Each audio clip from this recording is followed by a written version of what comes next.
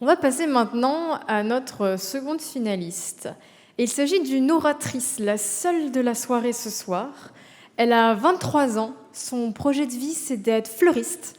Moi, j'adore ça, les fleurs. Et j'ai encore trop hâte. J'ai vraiment très hâte qu'elle puisse venir sur scène nous parler avec des mots. De la poésie, des mots. Et de la poésie. Et des mots. Sa passion, c'est découvrir de nouvelles choses. Alors, c'est super vaste. Ça peut être des voyages. C'est très dangereux comme passion. Ouais. Ouais, bon. Enfin, et puis c'est très long aussi à énumérer parce qu'il y a plein de nouvelles choses. Plein de choses. Plein de choses. Bref, la liste est longue. Et ce soir, pour défendre la négative sur le sujet « Parler, est-ce lutter contre ces silences ?»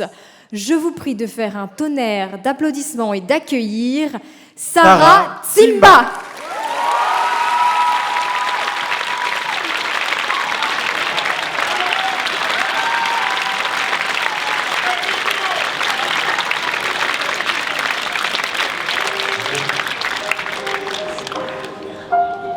Sombre équipe, sombre thème, sombre atmosphère. Débrouillard mais pas gangster. Mocus, bouge bouger quand il faut se taire. Perdez pas deuxième minute quand il faut le faire. Sombre équipe, sombre thème, sombre atmosphère. Débrouillard mais pas gangster.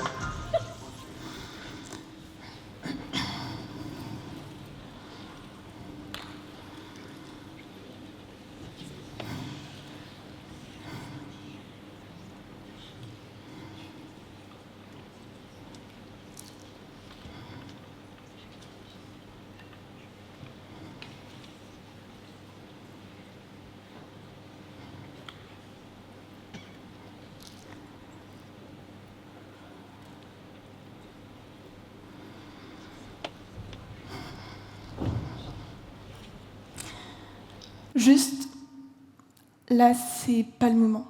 J'ai plein de choses à faire en ce moment.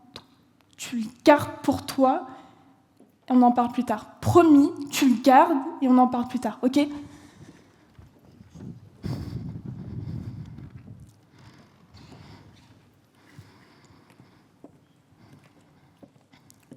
Tu es trop petite. On en parlera quand tu seras grande.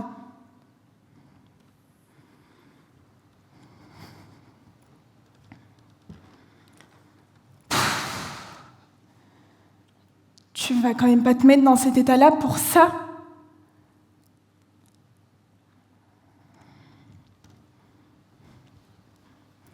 Voilà. Voilà ce qu'on m'a dit.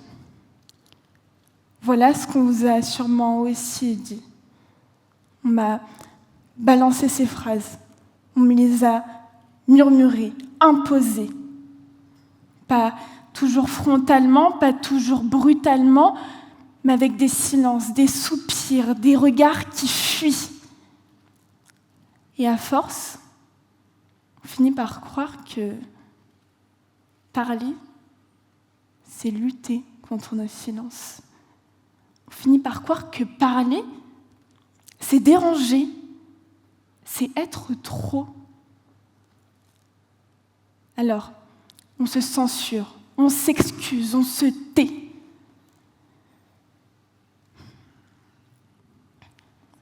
Mais parler, c'est partager. Parler, c'est s'exprimer. C'est communiquer ce qui a mûri en nous et dans nos silences. Parler, ce n'est pas lutter contre nos silences. Ils ne sont ni ennemis à abattre, ni vides à remplir. Ils font partie de nous.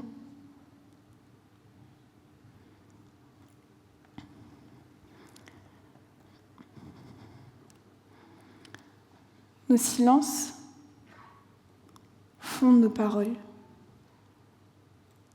Nos silences sont la continuité de ce qu'on dit.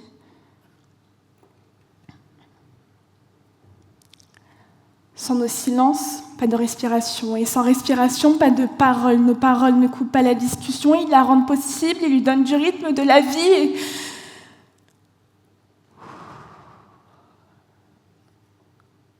Vous entendez, vous aussi ?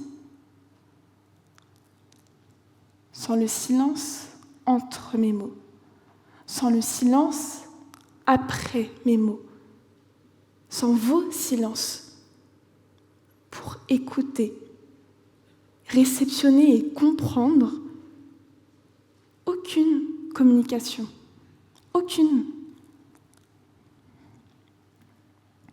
Les silences font partie de nous.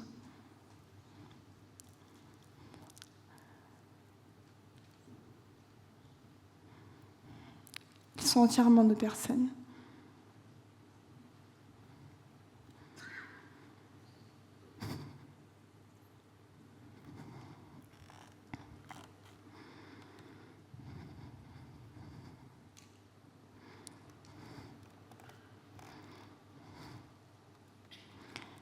Et vouloir lutter contre eux, c'est lutter contre ce qu'on est intérieurement. Je ne lutte pas contre mes silences là, et vous ne luttez pas contre les vôtres. Nos silences sont lieux de refuge, de réflexion. C'est là où les idées prennent forme et s'organisent.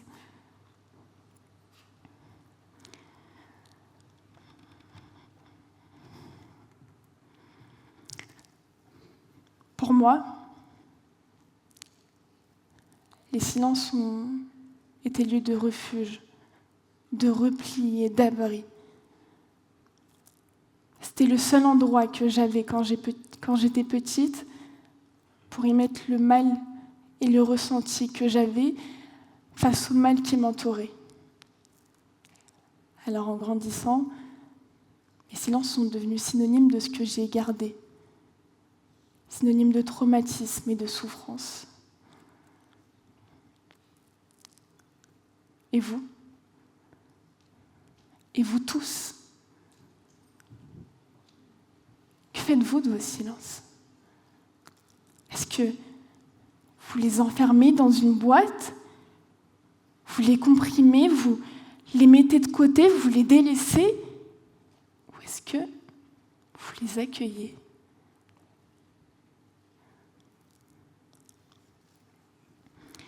Si je vous parle ce soir, c'est en partie grâce à mes silences d'hier, mais aussi grâce à mes silences d'aujourd'hui. Et lutter contre ça et ça, c'est lutter contre une partie de soi. Alors la réelle question, finalement, c'est est-ce qu'on doit se renier ? Parce que lutter, c'est vouloir supprimer, c'est vouloir abattre, c'est juste vouloir écraser nos silences. Écraser. Je ne sais pas si vous voulez, mais moi je ne veux pas m'écraser. Et je pense que c'est en partie pour ça qu'on est là ce soir. Pourquoi je suis là ? Pourquoi tous mes camarades qui sont là sont ici ?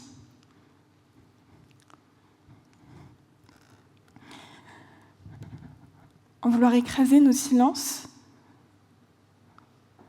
en vouloir les vaincre, en fait, on les piétine et on ne s'écoute pas. Vous voyez ce moment où vous écoutez quelqu'un parler et cette personne parle, elle parle, mais elle parle trop. Vraiment, genre juste trop. Et vous êtes là, vous l'écoutez parce que vous êtes gentil, vous êtes bienveillant, à l'écoute, respectueux, un peu comme chez Eloquentia, finalement. Et cette personne, elle parle, il n'y a aucun silence, aucune pause, rien. Elle ne parle pas avec ses silences, elle parle contre le silence. Elle parle contre le silence qui s'étend entre vous et vous n'existez plus. Et est-ce que c'est ça, communiquer ? Est-ce que c'est ça, parler, s'exprimer ? Parler, c'est échanger. C'est laisser de la place. Et c'est comme ça que parfois, autour d'un café, un thé, un petit chocolat, ce que vous préférez, Pepsi, Coca.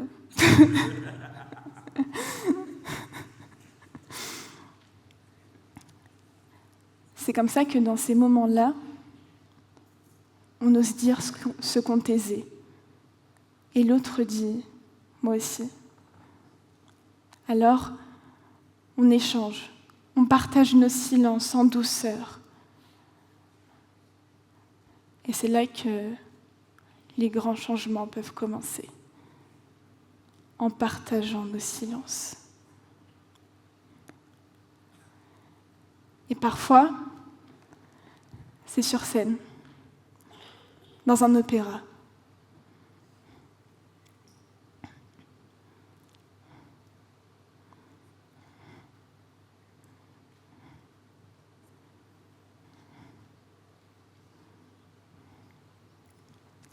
Je ne dois pas lutter contre mes silences, ni même ceux d'hier, ni même ceux d'aujourd'hui.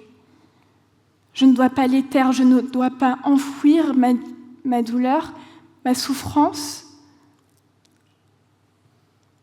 mais plutôt vaincre ce qu'il y a de mauvais dedans. Si je vous parle ce soir, c'est en partie parce que je sais ce que c'est que d'être l'enfant trop. Je parle pour les enfants oubliés, pour les enfants qu'on a mis de côté, et je dirais même balayés. Parce que je sais ce que c'est que d'être l'enfant trop bruyant, l'enfant trop tout, l'enfant trop sensible. Alors si on doit lutter contre quelque chose, c'est contre le silence de l'indifférence.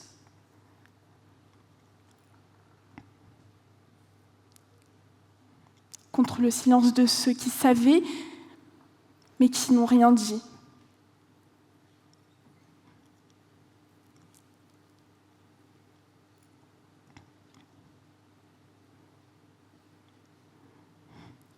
Lutter contre le silence de l'indifférence, en parlant, ensemble.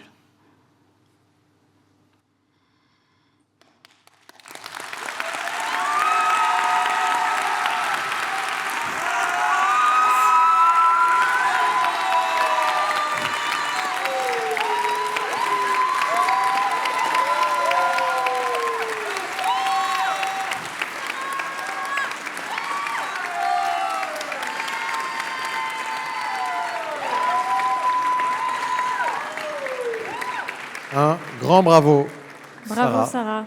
pour ta prestation. Merci pour tes mots.